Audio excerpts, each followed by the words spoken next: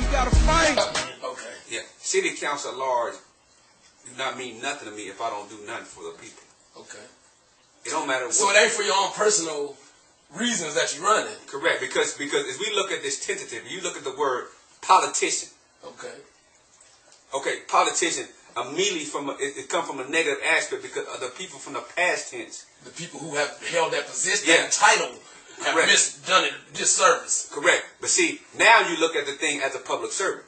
Okay. That's what I'm going to be. A politician then is the person who just runs for office all the time. That's a person who that's his job. That's what he does. He's always running and campaigning and talking. Yeah. Well, pretty much politician and public servant could be parallel, but it also be the same thing. Okay. Because we look at the politician. A politician actually, he governs. He's in a political position. Right. But then we got an idea of what a public servant is. Right.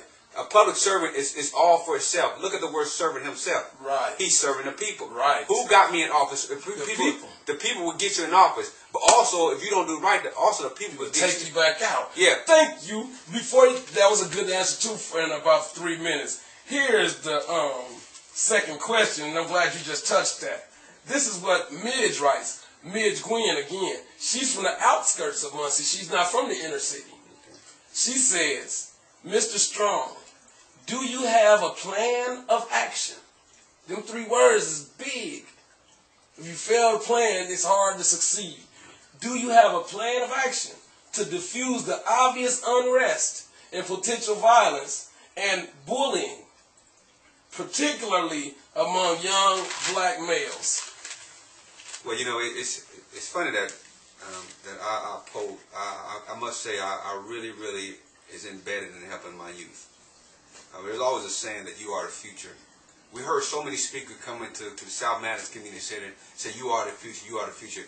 Well, the kids are the nows. You look at the technology. The presence. Yeah, think about the technology, the computers, the different things what's going on, But what happens is with me coming in here to diffuse that, I'm a man of experience to understand both sides of the fence. Wow. I understand how it is with violence. Okay. I understand how it is with gangs. Okay. I understand how it is with bullying. Not persistent that I was the one involved in it, but I had friends that was involved with it. You was close enough to it to see the point, the lesson of it. Correct. So the question is, what I'm gonna do? Right. When it's all boiled down and said, let's keep it real. Yeah. Hey, this is what you call a 100% keep it real moment. Let's keep it real. What is you gonna do for us? Okay. Well, as a person, that's where I come from. Cut that. But as to where I come from, the best thing I could do, man, is to be a help to my youth, to be a help to all people of Muncie, Indiana, to deter what's going on. Because right now, if we don't do nothing as city council, as the mayor, as if we go all the way to the base of a weed and seed, as a community activist, if we don't do nothing, our youth's gonna be lost. Man. We won't have no. Our children. Yeah, as a whole. When we talk about our youth, it sounds like something separate from ourselves, like we over here and our youth over there. But our youth is right at home with us. Our own children that get lost right up under our own nose. A good parent can lose his child to foolishness and folly because it's way more attractive to go and sell some weed and make $10 than to go and mow a whole yard and make that same $10.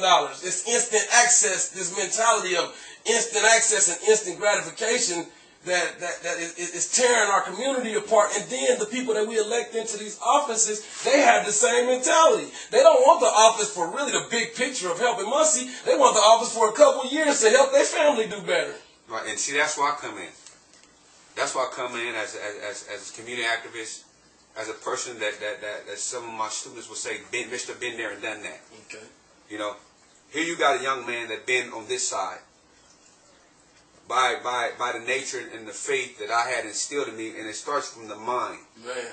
What I did, I said, well, I want to be a better person.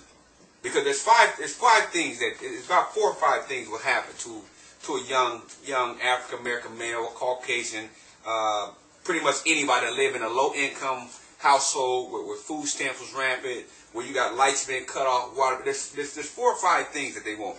Okay. It's an American dream, but it's a dream that so many people dream about. It's a human dream. Yeah, but they want a wife. Okay. Or a husband. Or a husband. A spouse. They want a car. Okay. Nice car. They want a house. To own it. And they want a good job. Consistent. And they want children. Okay, family. Okay, so those are the things that goes in our mind. You know, well, when you have a mindset of living a negative life your whole life, that you ain't gonna be nothing in your life, where you have no hope. You cut out a lot of them things one by one, don't you? Because if you don't, if you have no hope, you know, and then you have a generation of things going on rampant, and you don't have nobody from the outside, from the outskirts, reaching in and pulling somebody else out. Right. And that's what I want to do. That's okay. I understand. Another good one. Okay. Here's a question from the official interview. A lot of African Americans, and you know, let's just keep it real. I'm an African American, and everybody I know primarily is an African American. And the few people that ain't African Americans that I know, they live in the African American community. They feel it just like that. You know what I mean? So this is a lot of African Americans secretly feel that our politicians, once we elect them, they seem to distance themselves, if not abandon, the African American community that really put them in the office. Most feel like they do this to prove to their white counterparts and co-workers that they don't have any bias or special consideration for the African American community, like to prove that, hey, I know I'm black, but I'm with the system or whatever. So you ain't got no fear from me. I ain't gonna change. I ain't gonna rock the boat. You know what I mean? To prove that Uncle Tom is what we call him. Most when we elect him, put him in that position. He was in the street talking to us when he was just a community whatever. But once he got put in an official position where he gets paid and he has a lifestyle or whatever, then he chose to leave the community for his career. Correct. And this is what the people have been saying to me. They should have a bias and a special consideration for the people in the poor inner city community and districts, because that's what you ran on. That's the platform you said, I want to help them. When you say, I want to work widely, I want to work Austin Heights. I want to be the city council at large representative of Austin Heights district. The reason why we picked you to do it, because you're a dude from here like us, and we think you know our concerns and our problems. And can you really walk with a straight face and look into people's face who don't have these problems and smile and rub elbows and play around knowing your people back here hurting, waiting for you to save us?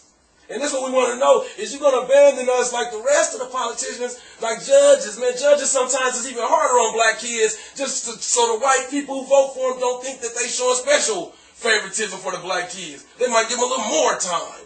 You know what I mean? It's probation officers and send you to prison. It's just my point is that it's just time somebody shows some allegiance. Man said, I'm black and I got to help our people because we have special problems that have special needs, that special consideration. If don't nobody stop and do it and you try to solve all problems on the same level, meaning if you have a child that's ADHD, you can't discipline him the same way that you would a child who don't have that disorder.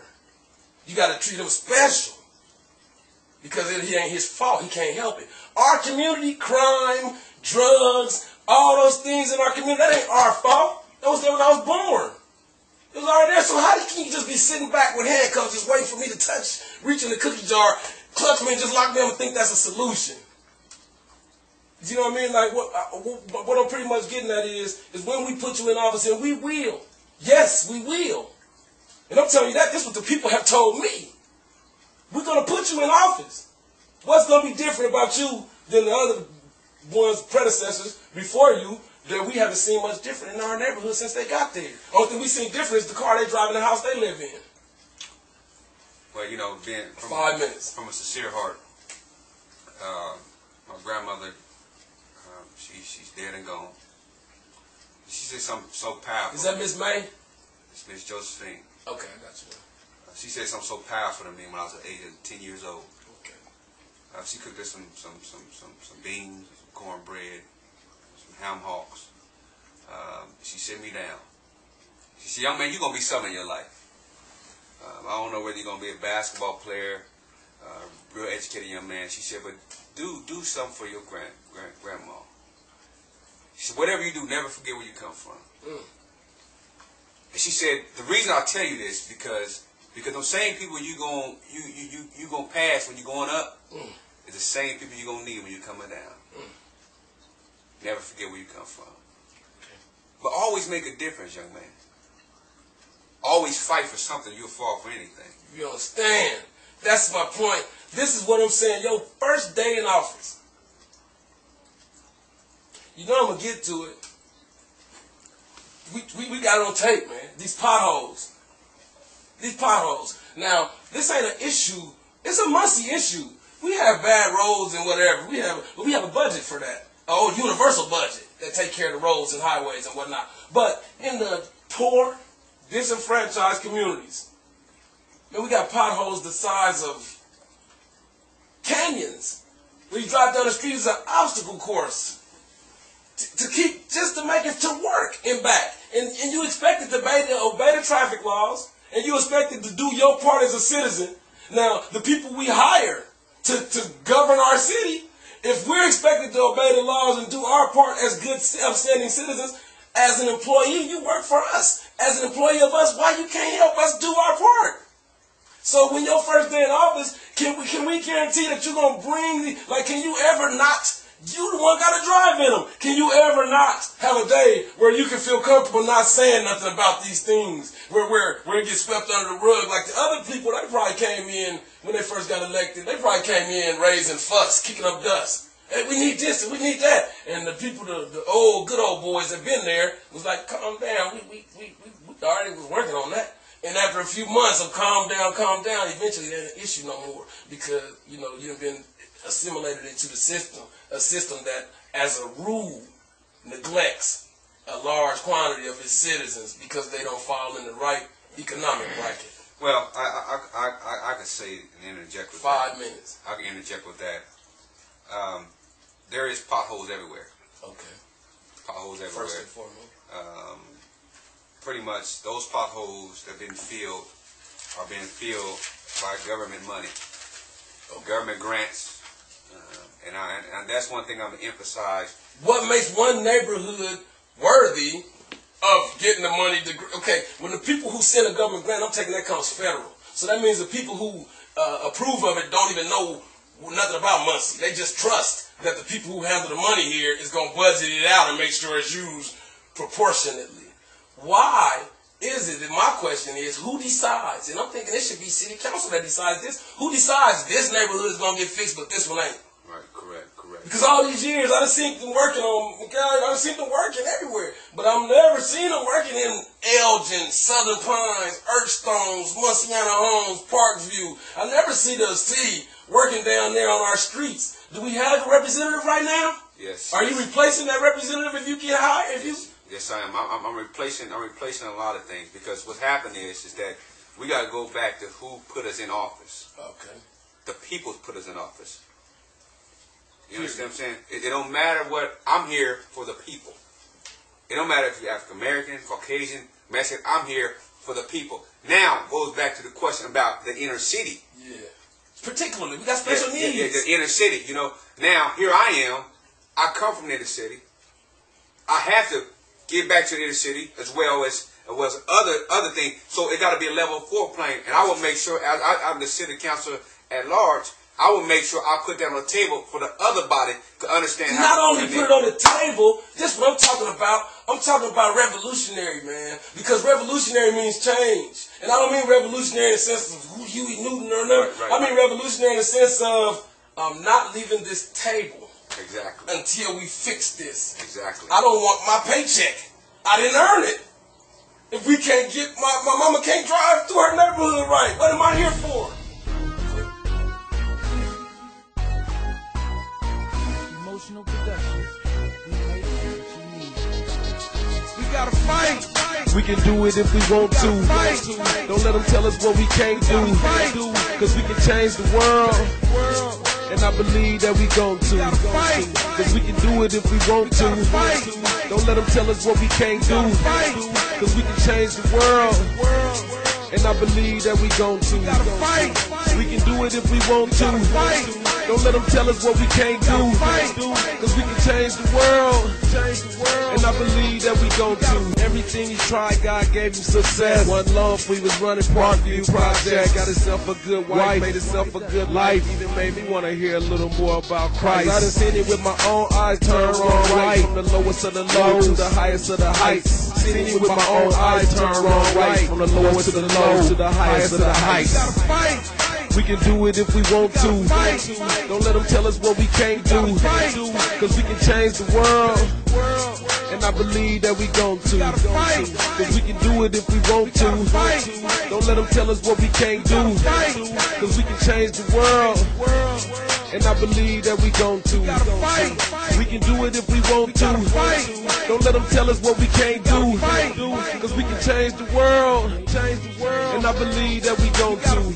Yeah, we can do it if we want to. Don't let them tell us what we can't do. Cause we can change the world. And I believe that we gon' to.